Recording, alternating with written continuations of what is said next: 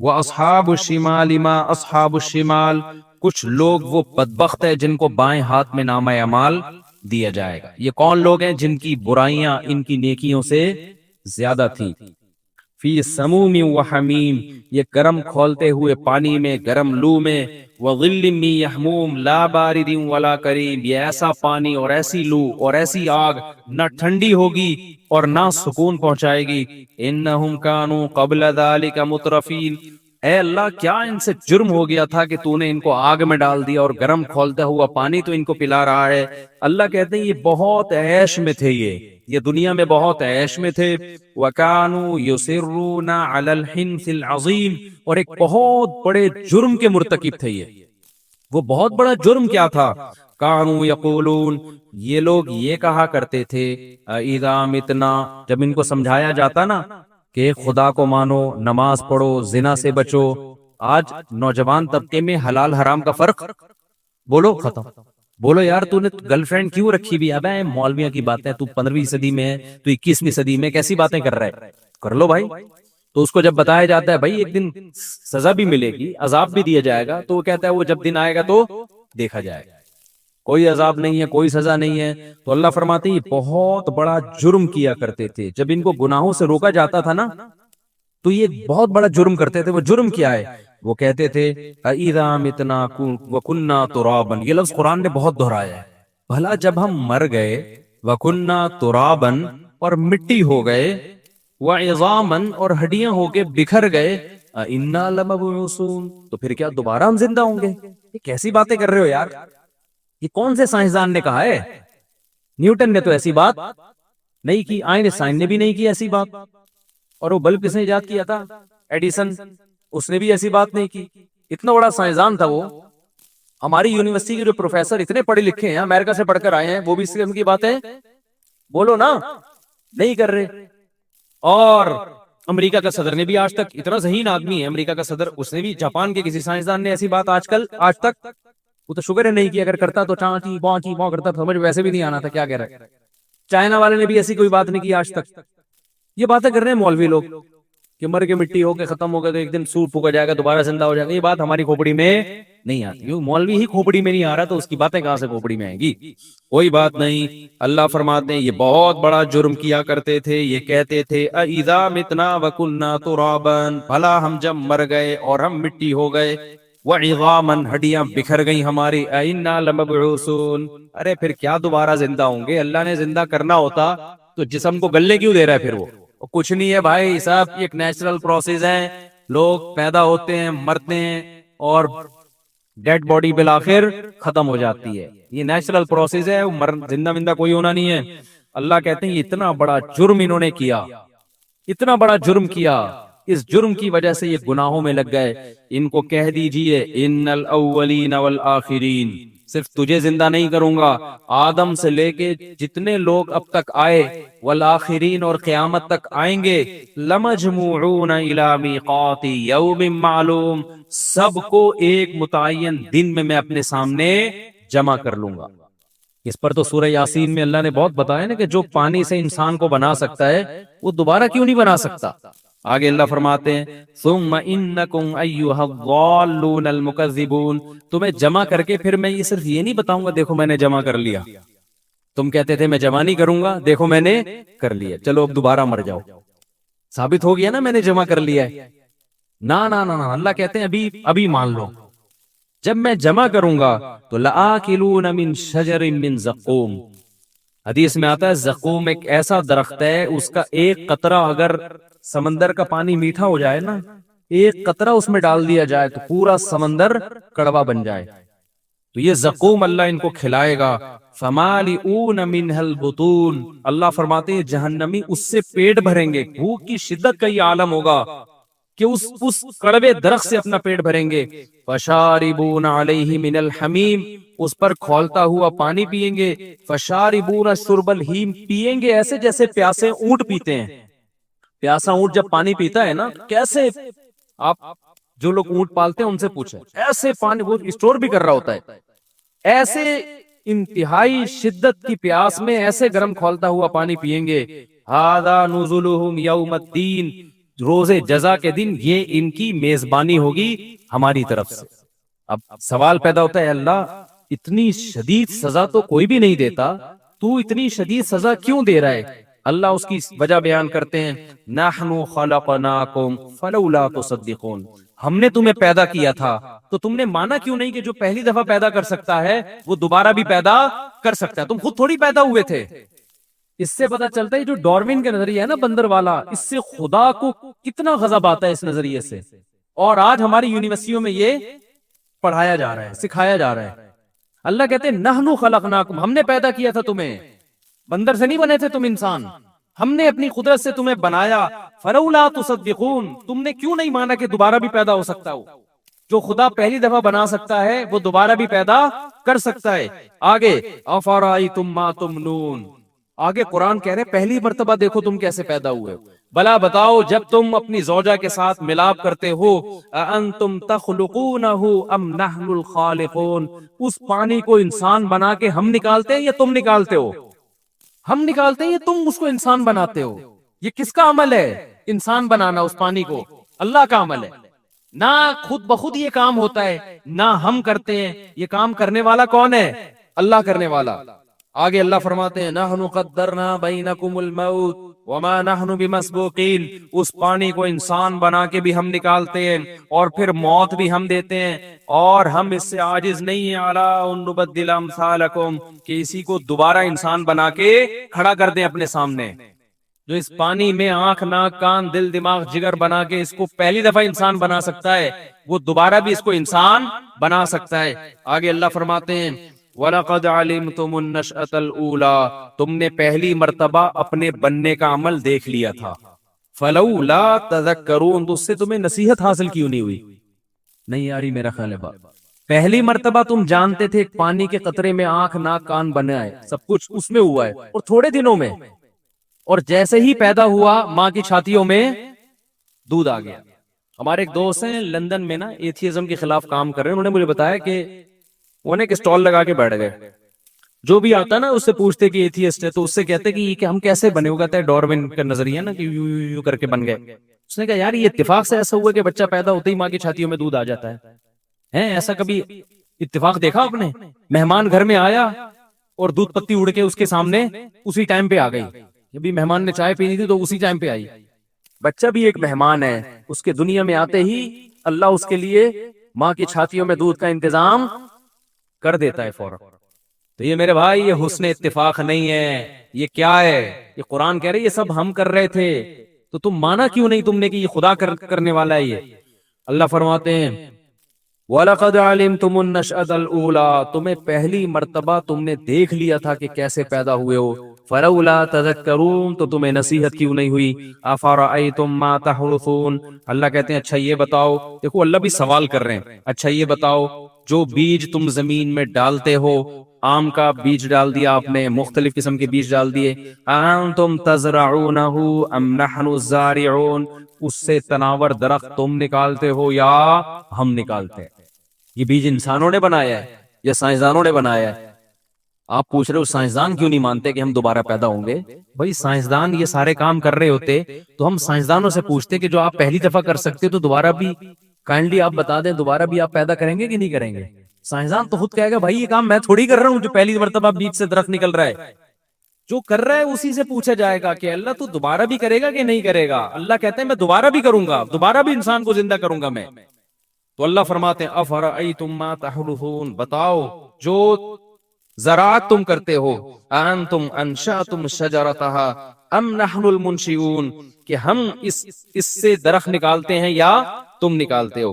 لو نشاء لجعلناه حطاما فظلتم تفکہون، نکالتے بھی ہم ہیں اور بچاتے بھی ہم ہیں، ہم چاہیں تو ان کھیتیوں پہ ایسی آفتیں بھیجیں کہ تم باتیں بناتے رہ جاؤ، کھیتیوں پہ نا ایسی آفتیں آئیں کہ ہم کیا رہ جائیں؟ باتیں بناتے۔ وہ باتیں کیا ہوں گی اللہ اس کا بھی ذکر کر رہا ہے، تم یہ باتیں بناؤ گے، انا لمغرمون، بھائی چٹھی پڑ گئی ہے، چٹھی ہوتا ہے نا تاوان، کوئی بڑی مصیبت آتی ہے نا کہتے ہیں یار اس دفعہ تو بڑی چٹھی پڑ گئی ہے، بل نحن محرومون، کبھی کہو گے یار اس دفعہ ہم کیا ہیں، قدرت کی طرف سے کچھ ایسا انتظام ہوا ہے کہ ہمیں کچھ بھی نہیں مل رہا۔ تو اللہ کہتے ہیں یہ درخت کو بناتے بھی ہم ہیں اور بچاتے بھی ہم ہیں۔ دیکھ لو نا, آفتیں آتی ہیں, ٹڈیاں آتی ہیں, پورے پورے کھیت چٹ کر کے چلی جاتی ہے, سیلاب آتے ہیں, صفائے ہستی سے پوری پیداوار اڑ جاتی ہے. اور یہ ترقی یافتہ ملکوں میں بھی ہو سکتا ہے. تو اللہ نہیں چھوڑا ہوا ہے, ورنہ اللہ چاہے تو انسان کی ترقی خدا کے مقابلے میں خدا کے عذاب سے اس کو نہیں بچا سکتی.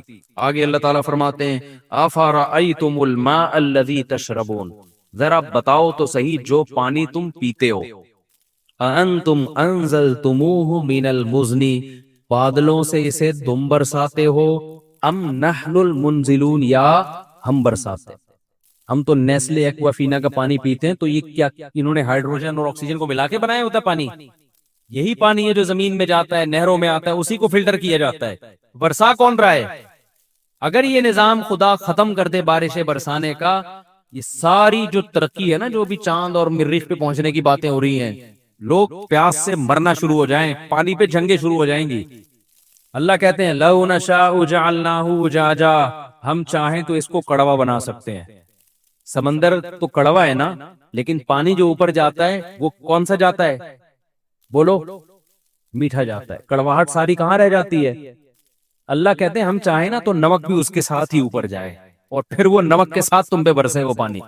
لو نشاء جعلناہ اجاجا فلولا تشکرون, تو تم پھر شکر ادا کیوں نہیں کرتے؟ تم کیوں نہیں کہتے کہ یہ پانی اس خدا نے دیا, یہ روٹی اس خدا نے دی ہے؟ آج تو لوگوں نے یہ جملہ بھی زبان سے کہنا چھوڑ دیا. پہلے ہوتا تھا نا, پیسہ ہے, نعمتیں, بھائی اللہ کا دیا ہے, میرا اپنا کمال نہیں ہے. اب لوگوں نے یہ جملہ بھی کہنا چھوڑ دیا. آگے اللہ تعالیٰ فرماتے ہیں افرأیتم النار التی تورون, بتاؤ جس آگ کو تم جلاتے ہو, اس سے بیسیوں قسم کے کام لیتے ہو, اانتم انشأتم شجرتہا ام نحن المنشئون, اس کے درخت کو ہم نے بنایا, تم نے بنایا ہے یا ہم نے بنایا؟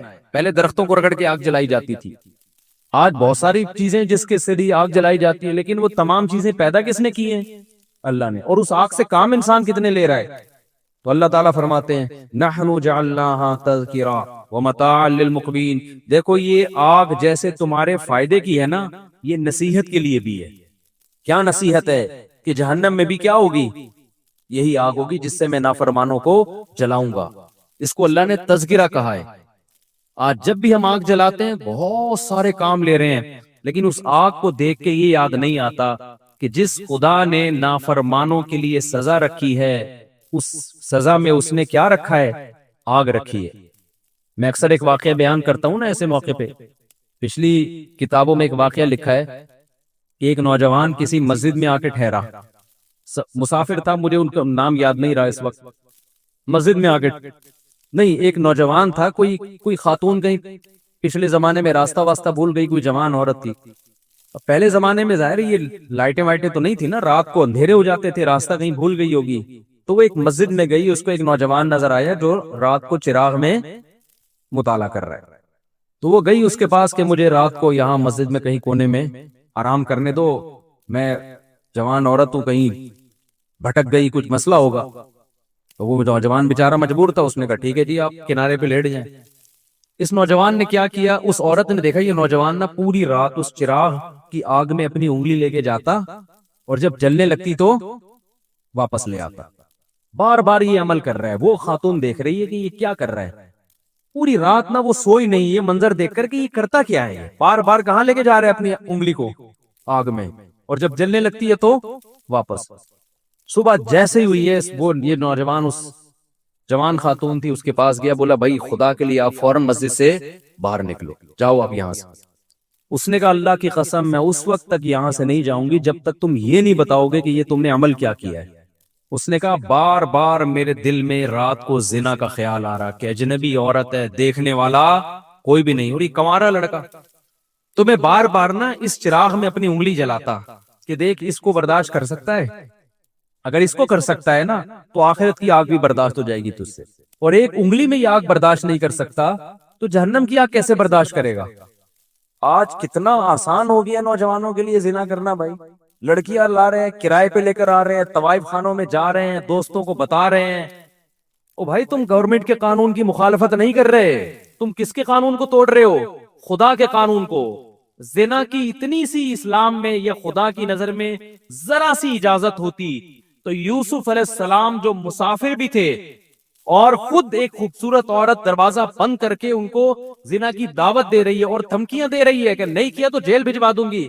ایسے موقع پہ بھی یوسف علیہ السلام کہہ رہے اے اللہ مجھے جیل کی زندگی اس بدکاری کی زندگی سے زیادہ محبوب ہے, اور دعائیں مانگ رہے مجھے اس عذاب سے بچا لے. مسافر ہو اور اسے ڈر ہو کہ میں جیل, اور پھر چلے بھی گئے جیل بھجوا دیا اس نے, پھر بھی زنا کے قریب بولو نہیں گئے. یہ بہت گندا, بہت غلیظ, بہت پلید عمل ہے. میں بار بار کہتا ہوں جب کوئی کہا کرے نا میری گرل فرینڈ ہے, بولا بھنگیوں والا کام مت کیا کر تو, اور ہمارے سامنے آ کے مت بتایا کر. گرل فرینڈ اور بوائے فرینڈ رکھنا یہ بھنگیوں چماروں کا کام ہے. خاندانی آدمی بیوی رکھتا ہے اور عورت شوہر رکھتی ہے, ان کے حلال اولاد پیدا ہوتی ہے.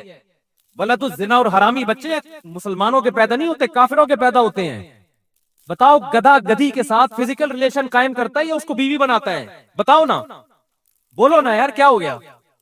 اس کا مطلب کسی عورت سے بغیر شادی کے فزیکل ریلیشن گدھے گھوڑوں کا کام, کتے بلیوں کا کام ہے یا نہیں ہے؟ یہ کام کتے بلی کرتے ہیں. کتا کتے کا کتیا سے فزیکل ریلیشن ہوتا ہے, کوئی نکاح کا عقد نہیں ہوتا. گدھے کا گدھی کے ساتھ فزیکل ریلیشن ہوتا ہے لیکن کوئی نکاح کا ایگریمنٹ نہیں ہوتا. گھوڑے کا گھوڑی کے ساتھ فزیکل ریلیشن ہوتا ہے, اولاد بھی ہوتی ہے, لیکن کوئی نکاح کا عقد نہیں ہوتا. کوئی آپ کا دوست آ کے بولا کرو نا میری گرل فرینڈ ہے میں اس کے ساتھ سوتا ہوں, اس کو بولا تو کتوں والا کام کرتا ہے, تو گدھوں والا کام کرتا ہے, تو خچر والا, تو جو ہے گھوڑوں والا کام کرتا ہے, تو کتے پن سے نکل, ورنہ مجھے اپنا یہ میرے سامنے آ کے کتا پن نہ بیان کیا کر. خدا کی قسم اس کے ساتھ تم بھی جہنم کی آگ میں جلو گے. جب وہ آگے کہتا ہے نا میری گرل فرینڈ ہے تو خوش نہ ہوا کرو, ورنہ تمہیں بھی خدا اسی آگ میں پھینکے گا. ہماری حکومت سے کوئی امیدیں مت لگاؤ. اسمبلیوں میں بیٹھے ہوئے لوگ, میں سب کی بات نہیں کر رہا, ان کو زنا سے کوئی فرق نہیں پڑتا. یہ ہمارے کلچر کو تباہ کر رہے ہیں. اولادوں کو روکو, اپنی اولادوں کو بربک نکاح کراؤ اپنی اولادوں کا. حضرت عبداللہ بن عباس کے 3 بیٹے جوان ہوئے, تینوں کو بلایا اور کہا کہ دیکھو بیٹو زنا کے قریب نہ جانا, کبھی بھی نہ جانا. نکاح کرنا ہے جس نے کرنا ہے میں اس کا نکاح کراؤں گا. آج نکاح کو عذاب بنا لیا ہے اور ایسے زنا کو سوسائٹی میں پھیلایا جا رہا ہے. تبلیغ میں وقت بعد میں لگاؤ, پہلے اپنے بیٹوں کا نکاح کراؤ. بیٹا جوان ہو جاتا ہے اس کو سال کے لیے بھیج دیا, بھائی نکاح کر کے بھی تو بھیجا جا سکتا ہے نا اس کو. پھر آنے کے بعد بھی نکاح نہیں کرا رہے, پھر دوبارہ کہیں اور لگا دیا اس کو. نہ خانقاہوں میں بھیجو جب تک نکاح نہ کرا دو, نہ مدرسوں میں بھیجو جب تک نکاح نہ کرا دو اس کا. یہ ہمارے نبی کی تعلیمات ہے, کوئی مذاق تھوڑی ہے یہ. تو خدا نے نافرمانوں کے لیے میرے بھائی جہنم کی آگ رکھی ہے, اس کو ہلکا مت سمجھو, خدا اٹھا کے ڈال دے گا آگ میں. نبی صلی اللہ علیہ وسلم نے معراج کی رات میں دیکھا ننگے مرد اور ننگی عورتیں جل رہی ہیں اکٹھی آگ میں. آپ نے جبریل سے پوچھا یہ کون لوگ ہیں؟ جبریل نے کہا یہ وہ زنا کرنے والے مرد اور عورتیں ہیں جو زنا کیا کرتے تھے, اللہ نے برہنہ ان کو اکٹھے آگ میں ڈال دیا ان کو. تو اگر یہ زندگی تمہیں چاہیے تو کرو, اور یاد رکھو اللہ دنیا میں عذاب دکھائے گا نہیں. دکھا دیا ہوتا تو یہ تو گورے بھی زنا سے بچ رہے ہوتے. پھر یہ اللہ نے اس پہ پردے ڈال دیے ہیں, اور پیغمبروں کو بھیجا یہ سمجھانے کے لیے کہ ان کو جا کے سمجھا دو کہ زنا کرنے والوں کے لیے اللہ نے آگ رکھی ہے. اور قرآن بار بار یہ بھی کہتا ہے ان ذالک علی اللہ یسیر, اتنے سارے لوگوں کو جہنم کی آگ میں ڈال دینا اللہ کے لیے کوئی مشکل کام نہیں ہے. لوگ کہتے ہیں نا یار اتنے لوگ آگ میں جلیں گے, وہ بھی جا رہا ہے, وہ بھی جا رہا ہے, وہ بھی جا رہا ہے, وہ بھی جا رہا ہے. تو قرآن اس کا بھی جواب دیتا ہے کہ میرے لیے یہ کام مشکل نہیں ہے, میں پرواہ نہیں کروں گا. اور جیسے اللہ غفور اور رحیم ہے, بھائی اللہ عزیز ذو انتقام بھی ہے. وہ غفور اور رحیم اگر ہے نا تو توبہ کرنے والوں کے لیے جن سے ہو چکا گڑ گڑا کے معافی مانگے. جو توبہ نہیں کرتے ان کے لیے اللہ غفور الرحیم نہیں ہے. وہ تو سزائیں اس نے رکھی ہیں, پیغمبروں کو بھیجا یہ بتانے کے لیے کہ دیکھو نبی کی صفت بشیر کے ساتھ نذیر بھی ہے, خوشخبریاں دینے والے بھی اور ڈرانے والے بھی ہیں. بس لڑکیاں زنا کر رہی ہیں اور ایسے بتا رہے ہوتے ہیں, بڑے آرام سے فون آتے ہیں, ایسے بتا رہے ہوتے ہیں جی میرا ان سے فزیکل ریلیشن بھی ہے. میں اس خاتون سے کہتا ہوں آپ اتنے آرام سے بتا رہی ہو آپ کا ریلیشن ہے اس سے, آپ کو کوئی شرم نہیں آ رہی ہے بتاتے ہوئے؟ شادی شدہ عورت کا شوہر باہر ہے اور یہاں اپنے پرانے بوائے فرینڈ سے ریلیشن ہے اس کا. کتنے واقعات سامنے آ رہے ہیں. لوگ کہتے ہیں ہمیں تو کچھ بھی نہیں ہو رہا. تو بھائی اس لیے نہیں ہو رہا کہ سزا کا دن اللہ نے کیا رکھا ہے؟ آخرت رکھی ہے. تو ہمیں اور بھی بہت, ہمارا مسئلہ صرف پیٹرول اور ڈیزل نہیں ہے, صرف مہنگائی نہیں ہے. یہ تو دنیا میں غریب لوگ بھی ایک دن مر جاتے ہیں, مالدار بھی ایک دن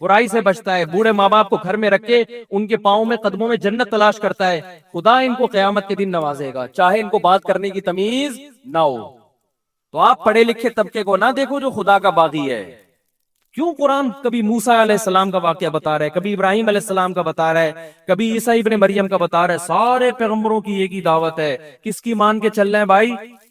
خدا کی مان کے چل رہے ہیں, ورنہ خدا نہیں چھوڑے گا, خدا نہیں چھوڑے گا. خدا نے آگ تیار کر کے رکھی ہے. اور قرآن کتنی جگہ کہتا ہے, جب نبی صلی اللہ علیہ وسلم مایوس ہوتے تھے نا کہ یہ کیوں نہیں مان رہے, تو قرآن نے ایک جگہ نہیں متعدد جگہ کہا ہے کہ آپ مایوس نہ ہو. لَأَمْلَأَنَّ جَهَنَّمَ مِنَ الْجِنَّةِ وَالنَّاسِ أَجْمَعِينَ, میں نے یہ قسم اٹھائی ہوئی ہے کہ میں نے جہنم کو جنات اور انسانوں سے بھر دینا ہے. تو ایسے ہی تو بھریں گے, یہ میں بھی نہیں چھوڑوں گا ان کو. تو اپنی جانوں پہ رحم کرو میرے بھائی. یہ مہنگائی کے علاوہ بھی دنیا میں بہت سارے بولو مسائل. ہر آدمی بس مہنگائی بڑھ رہی ہے, مہنگائی بڑھ رہی ہے, ملک کا دیوالیہ ہو رہا ہے, یہ ہو رہا ہے, وہ ہو رہا ہے. ٹھیک ہے یہ بھی مسائل ہیں, اس سے بڑے مسائل کیا ہیں بھئی؟ یہ بات بھی تو کرو, سوسائٹی میں زنا پھیل رہا ہے یار, ہمارا بنے گا کیا؟ سوسائٹی میں بیٹیاں ماؤں کے سامنے آوازیں اونچی کر کے بات کر رہی ہیں, ہمارا بنے گا؟ یہ باتیں کرنے والے نہ میڈیا پہ ہیں اور نہ گھروں میں یہ باتیں ہو رہی. غربت ہے لیکن گھر میں بیٹی ماں کے ساتھ پست آواز سے بات کرتی ہے, یہ گھر کامیاب ہے.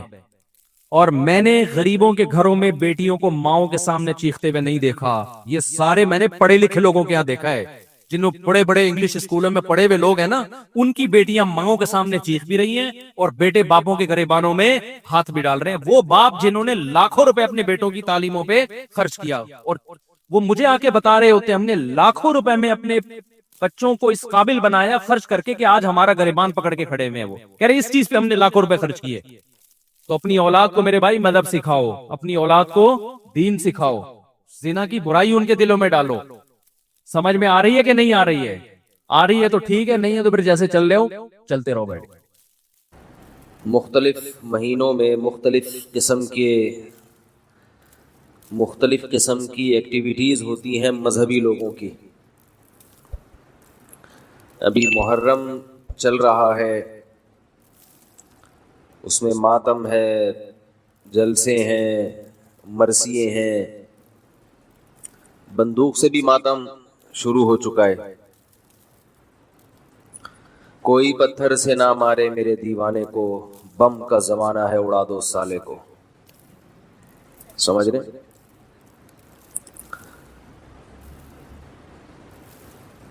تو پتہ نہیں کیا ہوتا چلا جا رہا ہے, ہر دفعہ کوئی نئی سے نئی چیزیں آ رہی ہیں. ربیع الاول آئے گا تو اس میں بھی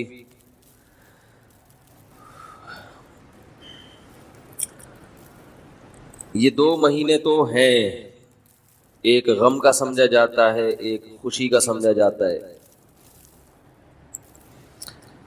اللہ تعالیٰ کا ارشاد ہے, الیوم اکملت لکم دینکم واتممت علیکم نعمتی ورضیت لکم الاسلام دینا. آج میں نے اپنا دین مکمل کر لیا, اپنی نعمت کو تم پر مکمل کر لیا اور تمہارے لیے دین اسلام کو منتخب کر لیا. جب یہ آیت نازل ہوئی تو یہودیوں نے کہا کہ اگر ہماری تورات میں ایسی کوئی آیت نازل ہوتی کسی دن تو ہم اس دن کو عید کا دن بنا لیتے.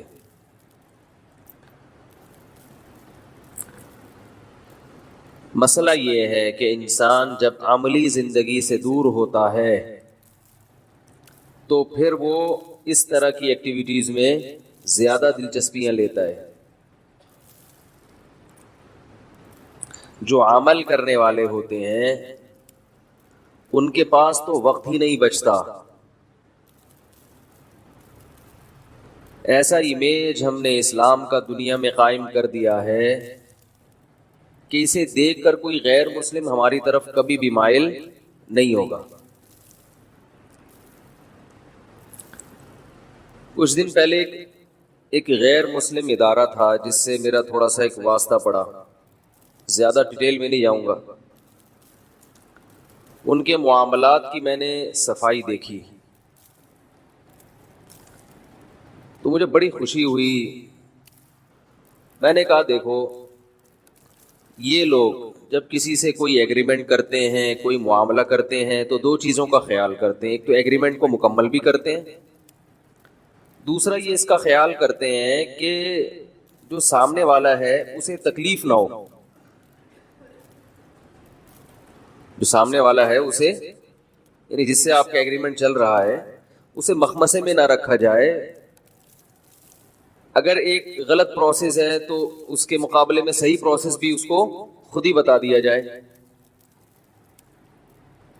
ہمارے ہاں اداروں میں آپ جاؤ, پہلی بات کسی گورنمنٹ کے ادارے میں جاؤ کہ صاحب ہوں گے ہی نہیں, صاحب ہے ہی نہیں, آج لیٹ ہے. پھر صاحب جب آئیں گے تو موڈ اچھا ہوگا تو کام ہو جائے گا, موڈ اچھا نہیں ہے تو کام نہیں ہوگا. پھر اگر آپ کے ڈاکومنٹس مکمل نہیں ہیں تو صرف یہ بتا دیا جائے گا کہ یہ ڈاکومنٹس مکمل نہیں ہیں, جاؤ یہاں سے. بہت ہی اچھا ہوگا تو یہ بتا دے گا یہ پیپر بھی لگا دو ساتھ میں. لیکن جیسے آپ کسی کو ایڈریس بتاتے ہیں نا, ایک ایڈریس بتانے کا طریقہ یہ ہوتا ہے اتنا صاف طریقے سے بتایا جائے گویا اس کو منزل تک پہنچا دیا جائے. اور ایک یہ ہوتا ہے یہاں سے, یعنی ایک ٹرخانے والا کام. معاملات ہمارے بالکل بھی صاف نہیں ہیں. ہر آدمی ایسا لگتا ہے جیسے ٹھگے گا آپ کو, آپ لوگوں کے علاوہ. کسی سے بھی معاملہ کرو نا تو ایسا لگتا ہے کہ یہ بھی آپ کو کاٹے گا. اور افسوس کی بات یہ ہے کہ یہ چیز دینداروں میں بھی آ گئی ہے. حضرت حکیم الامہ مولانا اشرف علی تھانوی رحمہ اللہ تعالی نے ایک کتاب لکھی ہے, آداب معاشرت, رہن سہن کے آداب. وہ ساری زندگی ایک ہی بات کو لے کر افسوس کرتے رہے ہیں کہ مسلمان معاملات میں صاف نہیں ہے. اور وہ ایک بات کہا کرتے تھے, یہ جو حدیث میں آتا ہے نا, المسلم من سلم المسلمون من لسانہ و یدہ, مسلمان وہ ہے جس کی زبان اور ہاتھ سے دوسرے مسلمان محفوظ رہے, اس کی زبان کے شر سے بھی اور اس کے ہاتھ کے شر سے. دو ہی تو, ہاتھ سے مراد ہے عمل. جب کوئی عمل کیا جاتا ہے تو ہاتھوں کا حوالہ دیا جاتا ہے, یہ میرے ہاتھوں کی کمائی ہے. ایک دفعہ پنجاب میں ایک صاحب مجھے ملے, انہوں نے کہا یہ جو ہاکس وے کی سڑک ہے میں نے اپنے ہاتھوں سے بنائی ہے. تو ٹھیکیدار تھے, وہ پروجیکٹ ان کو حکومت کی طرف سے ملا تھا, تو انہوں نے کہا یہ میں نے اپنے ہاتھوں سے, حالانکہ ہاتھوں سے تو نہیں بنائی. تو ہاتھ سے مراد کیا ہے؟ عمل. تو حدیث کا مطلب یہ ہوا کہ آپ کی زبان کے شر سے بھی دوسرا محفوظ رہے اور آپ کے عمل کے شر سے بھی دوسرا محفوظ رہے. ایسا کوئی کام نہ کیا جائے جس سے دوسرے کو تکلیف ہو, اور ایسی کوئی بات نہ کی جائے جس سے دوسرے کو تکلیف. بات کرنے کا اسٹائل اگر ایسا ہے جس سے دوسرے کو تکلیف ہو رہی ہے تو یہ بھی آپ کے کاموں میں داخل ہے, یعنی آپ ایسا کام کر رہے ہیں جس سے دوسرے کو, بولو بھائی, تکلیف ہو رہی.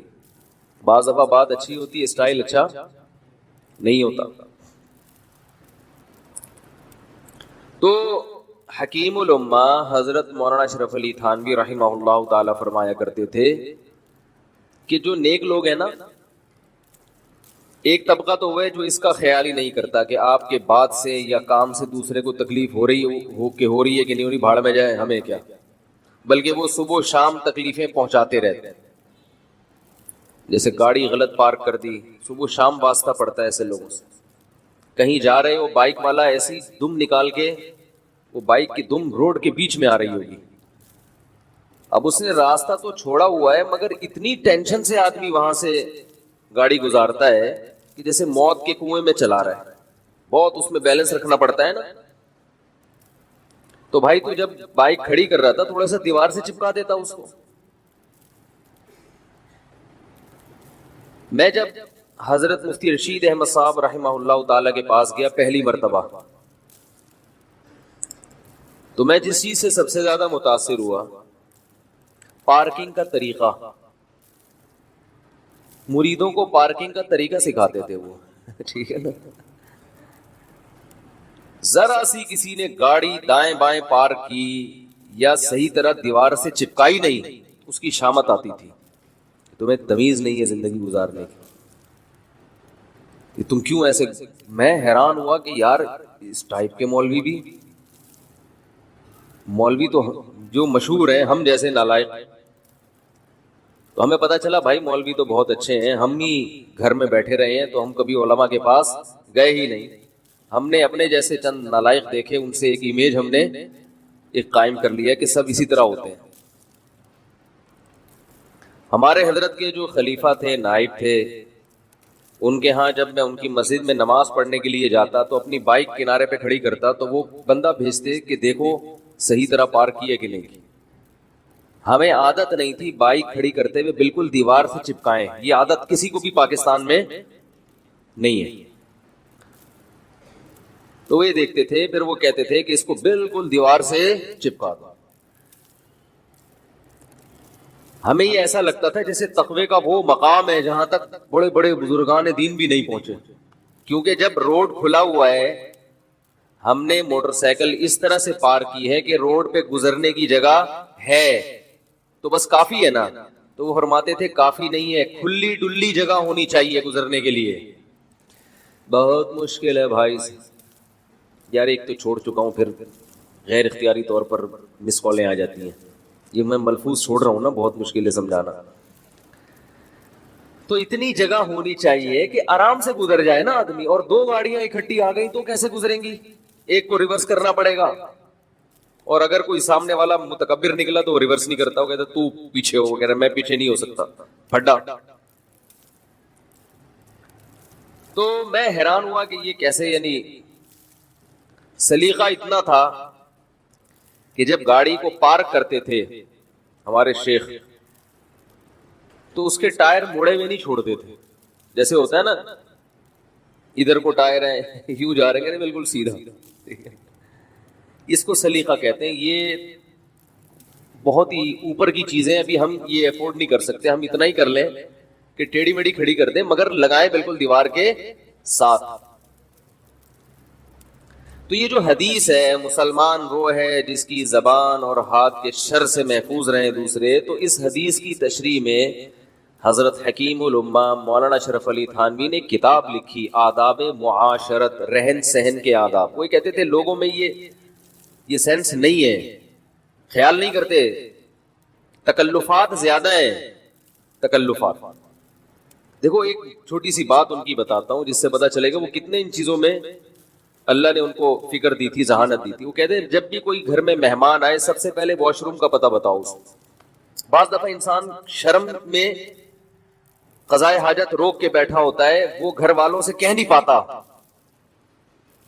سمجھ رہے بھائی, آپ کسی کے گھر گئے, آپ کو بہت زور سے پیشاب آ رہا ہے, قضاء حاجت کا تقاضا ہے, آپ بیٹھتے ہی شرما رہے ہوتے ہو کہ یار وہ بولے گا ابھی آگے بیٹھے اور ڈائریکٹ لیٹرین. بھائی ہو تو سکتا ہے نا انسان کے ساتھ, کیا خیال ہے, کچھ بھی ہو سکتا ہے. تو یہ گھر کے جو میزبان ہے, جو گھر کا مالک ہے, اس کی ذمہ داری ہے کہ وہ مہمان کی ضرورت کا خیال کرے. فرمایا سب سے پہلے اس کو کیا بتاؤ, واش روم ادھر ہے, جانا تو نہیں آپ نے. بعض دفعہ ایسا ہوتا ہے انسان کے ساتھ, وہ روک کے بیٹھا ہوا ہے, شرما. ہر آدمی کی ایک الگ مزاج ہوتا ہے نا, دھماکے کے ساتھ پڑے گا تھوڑی دیر میں پھر وہ تو اس کو خود بتا دو.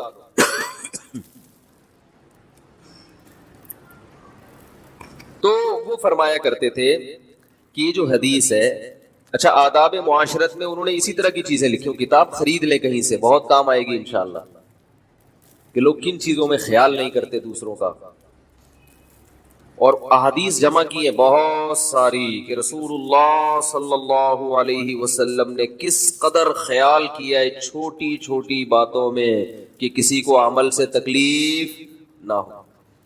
دیکھو کندھے پھلانگ کے آنا یہ ناجائز ہے, گناہ ہے. حالانکہ کندھے پھلانگنے سے کیا ہوتا ہے, کیا وہ قد چھوٹا ہو جائے گا جس کے اوپر سے چھلانگ مار کے آئے ہیں آپ؟ کچھ بھی نہیں ہوتا, لیکن تکلیف ہوتی ہے. دوسرا آ رہا ہے ادھر سے دھکا لگے گا تھوڑا سا آپ کو. نبی صلی اللہ علیہ وسلم نے ارشاد فرمایا کوئی شخص کسی جگہ پہ بیٹھا ہے اٹھ کے جائے کسی کام سے, اس کی جگہ پہ مت بیٹھو, وہ اس کا حقدار ہے, اس کی پرمیشن کے بغیر آپ اس کی جگہ پہ, وہ تو بیچارہ بیٹھا تھا تو کسی ضرورت سے جانا پڑ گیا, اس کو تکلیف ہوگی یار میں بیٹھا ہوا تھا آپ آگے بیٹھ گئے. اب بتاؤ مجھے ایک بات, جس شریعت میں اس کو برداشت نہیں کیا گیا کہ کسی جگہ پہ ایک انسان تھوڑی دیر کے لیے بیٹھا ہے جو اس کی ذاتی ملکیت نہیں ہے اور جا بھی خود ہی اٹھ کے رہا ہے, لیکن اس کا یہ رائٹ ہے کہ ایک بالش کی جگہ پر کوئی دوسرا آ کے نہ بیٹھے, تو اس ایک بالش کی عارضی ملکیت کا اتنا خیال کیا گیا تو 240 گز کے پلاٹ جو آپ کو وراثت میں ملا تھا اس پہ اگر کوئی قبضہ کر لے, بھائی یا بہن یا ماموں یا چاچو, اس کو شریعت برداشت کر لے گی؟ کیا ہو گیا بھائی ہے؟ اور حیرت ہے وہ قبضہ کر کے اسے بیچ کے عمرہ کرنے جا رہے ہیں. لوگ ایسا کرتے ہیں, وراثت کا مال کھا کے کہاں جاتے ہیں, ارے تو کچھ اور کر لیتا, تو بندوق خرید کے ڈکیتیاں شروع کر دیتا. ہم کہتے ہیں یار تیرا کام ہی یہی ہے, تو ظاہر ہے جب ڈکیتی کرنی ہے تو پھر حلال کما کے تھوڑی کرتا ہے انسان. ارے کسی نے ڈکیتی کرنی ہے تو یہ ضروری ہے کہ حلال پستول ہو, جب کام ہی حرام کرنے ہیں سارے تو حلال حرام کیا. وہی بات اکثر بتاتا ہوں نا کہ چوری کی مرغی ہے تو پھر کہیں سے بھی ذبح کر کے کھا لو, گردن مروڑ کے کھا لو, تو حرام کی حرام ہی رہے گی نا. چوری کی مرغی کو باقاعدہ سیدھے ہاتھ سے قبلہ رخ لٹا کے اور بسم اللہ اللہ اکبر, یہ ہو رہا ہے مارکیٹ میں. کئی لوگوں کو میں جانتا ہوں حرام کھا کے سیدھا گئے کہاں, عمرہ کرنے, انہی حرام پیسوں سے گھپلے کیے, چندوں میں گھپلے, بہن کی وراثت میں گھپلے, اور جا رہے ہیں. تو حکیم الامہ نے بہت ساری مثال میں بتا رہا تھا, دیکھو اتنی سی جگہ پہ قبضہ کرنے کی اجازت نہیں تھی کیونکہ اس سے انسان کو تکلیف ہوتی ہے, آپ اس کی جگہ پہ آگے بیٹھ گئے. لیکن اس کا یہ مطلب نہیں ہے, اس کا لوگ غلط فائدہ بھی اٹھاتے ہیں. مسجد میں صف اول میں بیٹھنے کے لیے پہلے سے آگے رومال لگ کے غائب ہو جاتے ہیں. یہ رومال جو ہے نا, کوئی اس سے پلاٹ الاٹ نہیں ہو جاتا, وہ تو آگے بیٹھا ہوا ہو, پھر کسی کوئی وقتی ضرورت ہو, واش روم جانا ہے, ناک صاف کرنی ہے, تو پھر تو ٹھیک ہے. کیونکہ بعض جگہوں پہ یہ بھی ہم نے دیکھا ہے, تراویح میں بہت ہوتا ہے, مغرب میں رومال ڈال کے چلے گئے, اب کوئی وہاں بیٹھ ہی نہیں سکتا, یہ حضرت جی کی جگہ ہے. یہ غلط ہے, سب کا برابر حق ہے. ہمارے شیخ حضرت مفتی رشید احمد صاحب نے رحمہ اللہ نے حرم میں ایک بڑا دلچسپ واقعہ دیکھا, آگے بتایا.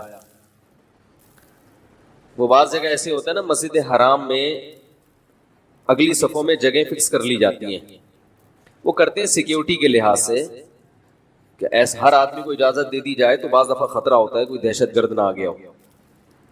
لیکن جو عرب کے بدو ہیں اس بیچارے کو کیا پتا, تو ایک بدو دیہاتی عرب کا کھڑا ہوا, تو حکومت کے کچھ اہلکار آئے, انہوں نے کہا آپ یہاں سے ہٹ جاؤ, یہاں فلاں وزیر کھڑے ہوں گے یا فلاں صاحب کھڑے ہوں گے. تو وہ بدو کہتے ہیں گل لا الہ الا اللہ, آج کل کی عربی میں قل کو گل کہتے ہیں, اسے کہہ رہے کلمہ پڑھو کلمہ, ٹھیک ہے نا, یہ اللہ کی یعنی یہ مسجد ہے, اللہ کا گھر ہے, اس میں وزیر اور وہ سب برابر ہے, یہ تم تو اسلام سے ہی خارج ہو گئے, ایسی باتیں کر رہے ہو. تو ہمارے حضرت کو اس بدو کا اسٹائل بڑا پسند آ رہا تھا کہ اس کی سادگی اور اس کا ایمان, کہ وہ بار بار یہ الفاظ جب بھی اس کو وہ ہٹانے کی کوشش کر رہے شرتے, وہ کہہ رہے گل لا الہ الا اللہ, کلمہ پڑھو کلمہ, اللہ کا گھر ہے جہاں جو مرضی کھڑا ہو جائے. تو بار بار نا حضرت کو اس کے انداز پہ بڑا اچھا لگ رہا تھا کہ وہ اس کو کلمہ پڑھا کے گویا یہ شو کر رہا ہے کہ تم تو اس مسلمان ہی نہیں رہے, تم ایسی الٹی باتیں کر رہے ہو. تو یہ جو بدو ہوتے ہیں نا, ان کو بات سمجھانا اونٹ کو رکشے میں بٹھانے سے زیادہ مشکل ہے. تو وہ یہ فرمایا کرتے تھے, وہ آداب معاشرت کتاب میں انہوں نے بہت ساری مثالیں لکھی ہیں کہ لوگ کس طرح سے دوسروں کو اذیت دیتے ہیں. اس میں انہوں نے ایک بات لکھی ہے, یہ بات فرمائی ہے یہ تھوڑی گاڑی اردو ہے، پھر میں اس کو آسان الفاظ میں انشاءاللہ اس کی تشریح بیان کروں گا۔ وہ یہ فرمایا کرتے تھے کہ عدم قصد ایذا یہ کافی نہیں ہے، قصد عدم ایذا ضروری ہے۔ مشکل اردو ہے، ابھی انشاءاللہ اس کی تشریح کرتے ہیں۔ عدم کا مطلب نہیں، قصد کا مطلب ارادہ، ایذا کا معنی تکلیف دینا۔ فرمایا کہ ہم جب کسی کو تکلیف دیتے ہیں، کوئی ہمارے عمل سے کسی کو تکلیف ہوتی ہے، تو ہم یہ کہتے ہیں بھائی میرا ارادہ تکلیف دینے کا نہیں تھا، غلطی سے ہو گیا، قصد نہیں تھا، قصد نہیں تھا، ارادہ نہیں تھا۔ فرمایا اتنا کافی نہیں ہے مسلمان بننے کے لیے۔ جیسے ہم بہت سے اعمال کر رہے ہوتے ہیں غلطی سے، بھائی غلطی سے ہو گیا، ہمیں تو پتہ ہی نہیں چلا۔ تو فرمایا کرتے تھے کہ اس بات کا اہتمام ضروری ہے، قصد ہونا چاہیے تکلیف نہ پہنچانے کا، پہلے سے ارادہ ہو۔ صبح جب گھر سے نکلیں تو یہ ارادہ کر کے نکلیں کہ میرے کسی عمل سے دوسرے کو تکلیف، بولو بھائی، نہ ہو، کوئی ایسا کام میں نہ کروں جس سے تکلیف ہو، ورنہ غلطی سے تو تکلیفیں ہی دے رہے ہیں نا۔ جو غلط پارکنگ کرتا ہے وہ یہ نیت کر کے تھوڑی کرتا ہے کہ میں یوں گاڑی کھڑی کر رہا ہوں تاکہ دوسرا آئے تو وہ مصیبت میں پڑ جائے، وہ یہ نیت تھوڑی ہوتی ہے اس کی، وہ تو ویسے لاؤ بالی پن میں آیا، گاڑی کھڑی کی، نکل لیا، اب دوسرا آگے پاؤں پاؤں پاؤں بجایا جا رہا ہے، وہ بندہ ہی نہیں مل رہا، یا وہ رگڑتا ہوا جا رہا ہے گاڑی۔ تو اس بات کا اہتمام ضروری ہے کہ آپ کوئی ایسا عمل تو نہیں کر رہے جس سے دوسرے کو، بولو بھائی عزیز، واش روم کی چپلیں، لوگ مسجدوں میں ایسا ہوتا ہے کسی کو واش روم جانا ہے، آپ کی چپل پہن کے چلا جائے گا، آپ کھڑے ہوئے کہ چپل چوری ہو گئی، پتہ نہیں کہاں گئی ہے، تلاش کرتے کرتے تھک جاتے ہیں آپ، آدھے گھنٹے میں وہ بیت الخلا سے نکل رہا ہوتا ہے، اور ایک دفعہ سوری کر لے گا آپ سے، سوری، بس ختم، کچھ بگاڑ ہی نہیں سکتے آپ اس کو۔ اگر آپ کو کوئی ایمرجنسی ہے، آپ جا رہے ہیں، یہ میں باتیں تو یہ چھوٹی چھوٹی ہیں، لیکن جس میں یہ چھوٹی چھوٹی چیزوں کا خیال نہیں کرتا، بڑے بڑے جرائم بھی اسی سے ہوتے ہیں، سمجھ رہے ہیں کہ نہیں سمجھ رہے؟ اور جو ان چھوٹی چیزوں کی رعایت کرتا ہے، بڑی چیزوں میں بھی وہی کلیئر ہوتا ہے، وہی صاف ہوتا ہے۔ ارے بابا بھائی، جو کسی کی جگہ پہ بغیر اجازت نہیں بیٹھ رہا تو کسی کے پلاٹ پہ بغیر اجازت آ کے بیٹھے گا؟ اس کو اس میں اللہ کا خوف آ رہا ہے کہ یہ بندہ اٹھ کے گیا ہے، اس کی جگہ ہے، میں یہاں آ کے نہ بیٹھوں، کل قیامت کے دن مجھے اس کا جواب دینا ہے، تو وہ کسی کے پلاٹ پہ جا کے بیٹھ جائے، اس میں تو اور ڈرے گا نا اللہ سے۔ میں سمجھا پا رہا ہوں نا اپنی بات؟ الحمدللہ زبردست سمجھ رہے ہیں آپ لوگ۔ وہ لوگ مجھے کہتے ہیں وہ بیوقوف تھوڑی ہے، یا آپ بار بار پوچھتے ہو، تو میں اس لیے تھوڑی حوصلہ افزائی کر رہا ہوں، وہ تقیہ کلام بن چکا ہے، چھوڑنے کی کوشش میں لگا ہوا ہوں۔ تو یہ جو چھوٹی چھوٹی چیزوں کی، ہاں لیٹرین میں چلے جاتے ہیں چپل پہن کے، اور جب واپس آتے ہیں وہ چپلیں گیلی ہوتی ہیں، کسی کی لیٹرین شدہ چپل، یہ لیٹرین شدہ میں نے خود لغت بنائی ہے، کسی کی لیٹرین شدہ چپل استعمال کرتے ہوئے گھن آتی ہے نا انسان کو، کیا خیال ہے بھائی؟ گھن آتی ہے انسان کو۔ حضرت مفتی تقی عثمانی صاحب دامت برکاتہم نے ایک واقعہ سنا ہے یورپ کے کسی کنٹری کا۔ فرمایا واش روم کے باہر میں کافی دیر سے کھڑا ہوا ہوں، واش روم سے بندہ باہر ہی نہیں آ رہا، کافی دیر بعد بندہ باہر آیا تو اس نے پھر معذرت کی، اس نے کہا اصل میں واش روم کا پانی پاس نہیں ہو رہا تھا، مجھے اچھا نہیں لگا کہ آپ جائیں تو گندگی دیکھنے کو ملے، تو وہ اپنی ذمہ داری پہ اس سسٹم کو صحیح کرنے میں جو بھی اس کے اختیار میں ہوگا کہ کسی طرح یہ گندگی یہاں سے ختم ہو جائے۔ ہمارے یہاں دکھا رہے ہوتے ہیں کہ یہ میری پروڈکٹ ہے، بھاڑ میں جائے، میں تو جا رہا ہوں، تمہاری بلا سے تمہیں الٹی آئے، تم یہاں نہ کرو، کھیتوں میں چلے جاؤ، یا کیا بولوں میں، ڈیٹیل میں نہیں جا سکتے ہم زیادہ، تمہاری بلا سے جو مرضی، میں تو جا رہا ہوں، میرا تو ہو گیا نا، فٹ ہو گیا ماشاء اللہ، میرے تو آتے آتے سب سیٹ ہو گئی، اب تم جانو بیت الخلا جانے۔ ہائے ہائے، واقعات سنانے نہیں چاہیے، لیکن ایک آپ کے فائدے کے لیے اس لیے سنا رہا ہوں کہ پبلک ٹوائلٹ کیسے ہوتے ہیں ہمارے کنٹریز میں۔ ایک سنا دیتا ہوں, گھن تو مجھے بھی آ رہی ہے, آپ کو بھی آئے گی, لیکن بڑی مصیبت سے بچنے کے لیے چھوٹی مصیبت کو برداشت. یہ جو گھن ابھی آ رہی ہے یہ آپ کو بڑی بڑی ٹینشنوں سے میں بچا رہا ہوں, بڑی مصیبت سے. ایئرپورٹ کے واش روم بڑے صاف ستھرے ہوتے ہیں, سب سے زیادہ صاف ستھرے ایئرپورٹ ہی کے واش روم ہوتے ہیں. لوگ بھی بڑے سلیقے کے ہوتے ہیں ایئرپورٹ پہ. جہاز میں جا رہے ہیں, اکثر پڑھے لکھے لوگ ہوتے ہیں جن کے پاس اچھی جاب ہوتی ہے, تو ایجوکیٹڈ ہوتے ہیں. اکثر دیکھا گیا اسٹیشن پہ آپ جاؤ تو بےچارے ہر طرح کے لوگ ہوتے ہیں, کچھ پڑھے لکھے بھی ہوتے ہیں, کچھ بےچارے علم سے فارغ بھی ہوتے ہیں. لیکن جہازوں میں اکثر, سب نہیں, اکثریت ذرا طور طریقے والے ہوتے ہیں, تبھی جہاز کا سسٹم ہی پورا الگ ہے. ہائے ہائے ہائے, نہیں سنا رہا, رہنے دے بھائی. میں ایک دفعہ واش روم میں گیا ایئرپورٹ کے, تو وہ کنڈی تھوڑی سی کھلی ہوئی تھی, یعنی کھلی بھی تو پوری تھی مگر پتہ ہی نہیں چل رہا تھا کہ اندر کوئی بندہ ہے یا نہیں ہے. اب ہم کھڑے ہوئے ویٹ کر رہے ہیں, جب میں نے کہا شاید کوئی نہیں ہے تو ہلکا سا یوں کر کے دیکھو, تو ایک 12-13 سال کا بچہ کھڑے ہو کر پیشاب کر رہا ہے. کوئی اتنا بڑا مسئلہ نہیں ہے, بہت سے لوگ کھڑے ہو کر کرتے ہیں پیشاب, جو نہیں کرنا چاہیے, لیکن کموڈ ہو تو پھر تو کھڑے ہو کر سمجھ میں آتا ہے. جو فلش ہے اس میں کھڑے ہو کر پیشاب کر رہا ہے, وہ جو لوٹا رکھا ہوا ہے اس میں پیشاب جا کے گر رہا ہے اور ایسے ہی باہر نکل آیا. ہائے ہائے ہائے. اس کے بعد سے اب جب بھی میں واش روم جاتا ہوں کہیں ایسے پبلک, تو پہلے لوٹے کو دھوتا ہوں. آپ لوگ بھی تیزاب سے دھویا کریں لوٹا. جب بھی پبلک ٹوائلٹ میں جائیں تیزاب سے پہلے لوٹا دھوئیں. پتہ نہیں کون کیا کیا کر کے آ رہے ہیں وہاں پر. بچے بھی جاتے ہیں کھڑے ہو کر چھینٹے مار رہے ہیں دیواروں پہ, سب کن بلا. ماں باپ نے سکھایا نہیں. سب سے پہلی تعلیم والدین کو بچے کو ٹوائلٹ کے استعمال کی دینی چاہیے. طہارت تو یہاں سے شروع ہوتی ہے نا, طہارت کہاں سے شروع ہوتی ہے؟ سب سے پہلے قضاء حاجت کا طریقہ, استنجا کیسے کرنا ہے. نبی صلی اللہ علیہ وسلم نے صحابہ کو یہ بھی سکھایا ہے. اعتراض کیا کرتے تھے کہ تمہارے نبی تمہیں یہ بھی سکھا رہے ہیں, تو پتہ چلا بھائی یہ بھی سیکھنے کی چیز ہے. اگر بچپن میں بچے کو نہیں سکھائیں گے وہ گندگی پھیلائے گا وہ ہر جگہ.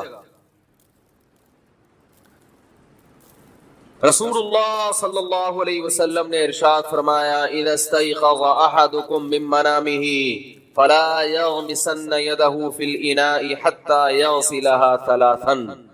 یہ آداب سکھائے جا رہے ہیں. فرمایا جب صبح بیدار ہو, اس زمانے میں نلکے نہیں ہوتے تھے, بالٹی میں ہاتھ ڈال کے پانی نکالنا پڑتا تھا. فرمایا ہرگز ہرگز ہرگز بالٹی میں ہاتھ مت ڈالو.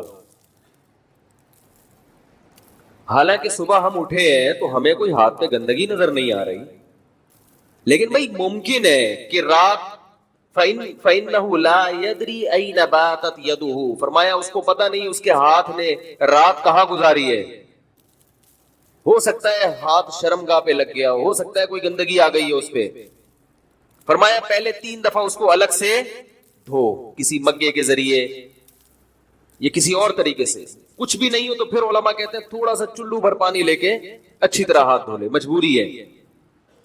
3 دفعہ آپ نے فرمایا ہاتھوں کو اچھی طرح دھو گے, اس کے بعد ہاتھ اس لائق ہوتا ہے کہ اس کو بالٹی میں ڈالا جائے. یہ رسول اللہ صلی اللہ علیہ وسلم مسلمانوں کو کیا سکھا رہے ہیں؟ بولو بھائی, صفائی, طہارت, کہ پانی کو تو گندا مت کرو. اور یہ کھڑے ہو کر ادھر ادھر چھینٹے جا رہی ہیں, اور وہی پینٹ چڑھا کے نہ کوئی استنجا, وہی پیشاب کے قطرے بھی ٹپک رہے ہوں گے.